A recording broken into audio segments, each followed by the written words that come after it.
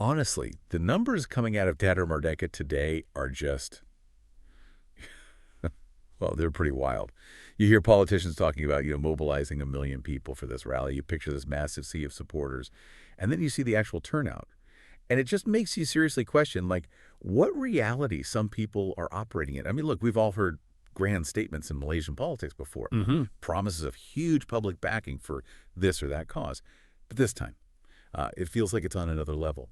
Because when the target was explicitly set at 1 million people for a major protest, a goal trumpeted by prominent opposition figures, and the actual count, the official one, is just a tiny fraction of that. It really forces us to ask, what does this really say about the state of things right now? And maybe, how accurately are we, the public, gauging the real strength and reach of these political movements? It kind of challenges everything we might assume. It really does. What's truly striking here is the sheer scale of that discrepancy. It's a gap so vast you can't ignore it. We are talking about today's 726 anti-Anwar rally right there at Dataran Merdeka. It was organized, championed really, by a major opposition bloc. And just a few hours ago, after everything wrapped up, the Akan KL police chief gave the final concrete number, approximately 18,000 participants. 18,000. Now you have to contrast that directly against the pre-rally target they set, which was, well, very ambitious. A key opposition leader, a very well-known figure, passionately pushed for a goal of attracting 1 million Malaysians. 1 million. Claiming this huge turnout would be, undeniable proof of widespread public discontent.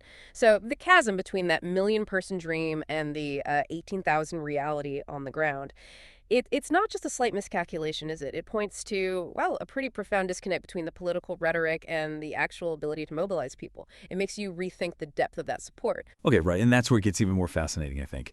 Because the organizers themselves, they didn't just aim for 1 million. They were actually pushing out attendance figures during and after the event that were astronomically higher than what the police saw.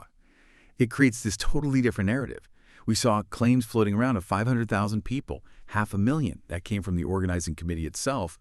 And then even 300,000 from one specific party's internal media, Haraka, I believe. Think about that, 500,000 people.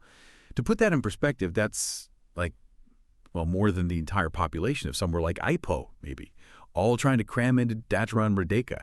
It's just an incredibly huge number, really difficult to actually manage logistically, even if you had that kind of support. So it makes you wonder, what's the strategy behind throwing out such massive numbers? What story are they trying to tell with these, frankly, inflated figures? Especially when, the photos, the videos, the independent reports, they all show something very different. Is it about trying to project this sense of momentum that maybe isn't quite there? Or, I don't know, managing disappointment? Well, if we broaden the lens a bit, look at other sources. The independent media outlets, for instance, and even the police's own special branch, their political intelligence unit, they were presenting figures that were much more grounded, much closer to that 18,000 mark. Media estimates seem to consistently hover around, say, 15,000 to maybe 30,000 at the higher end. And the police intelligence folks, who are usually quite conservative in their accounts, they had a similar range, like 10,000 to 15,000 attendees. So this raises a really crucial question, I think, about internal party strength versus actual public pull. You consider that one of the main organizers, PAS, they boast over 1 million registered members across the country, 1 million members on paper. And another key partner, Bersatu, has something close to, 700,000 members listed.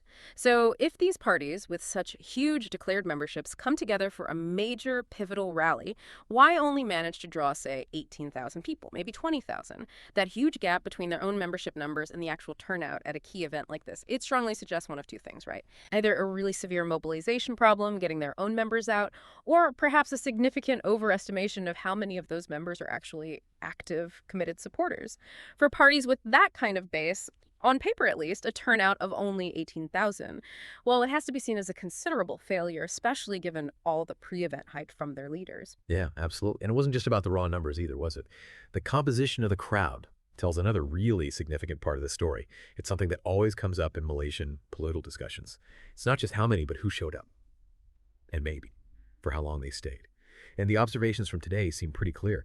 The rally was overwhelmingly dominated by one particular racial group, predominantly Malay attendees, with really almost negligible representation from our Chinese and Indian communities. You just didn't see many non-Malays there. Now, in Malaysia, which is fundamentally a multiracial, multicultural society, that kind of demographic imbalance, that can be a real hurdle. Some might even call it a fatal flaw for any political force aiming for genuine national leadership. Any movement that truly wants to govern effectively across our diverse population needs to show it has broad support from all communities. That's just the reality here. And then there's the other thing. Reports mentioned people starting to head home as soon as the rain started coming down quite heavily. That doesn't exactly scream unwavering, die-hard commitment to the cause, does it? It kind of makes you reflect on the actual depth of that public support when, well, even a bit of bad weather can noticeably thin out the crowd. And it's interesting to look at the perspective from the authorities, too, the ones who had the job of managing the whole thing today. The police deployed quite a substantial force, didn't they? Around 3,000 personnel, specifically tasked with keeping order and ensuring security. And yet, in their statements after the event, the acting police chief actually publicly thanked the attendees, praised their cooperation and their, quote, mature attitude. He noted there were no negative reports, no major incidents, no real provocations during the whole rally, which, suggests a pretty commendable level of discipline and peaceful conduct from the crowd itself, allowing the whole thing to proceed smoothly despite, the political nature of it. But this also shines a light on an important aspect of our laws here. While the right to assemble peacefully is protected, the police also made it very clear. They explicitly stated they'll be meticulously reviewing the speeches made today, looking for any content that touches on those sensitive 3R issues, race, religion, or royalty, or anything that could be considered seditious under the law. So it really highlights that delicate balance, doesn't it, between the fundamental right to freedom of expression and the state's critical responsibility to maintain public order and harmony, especially in our unique Malaysian context with these kinds of political gatherings. Right. Which sort of leads us to this other point floating around about political resonance and, well, public trust.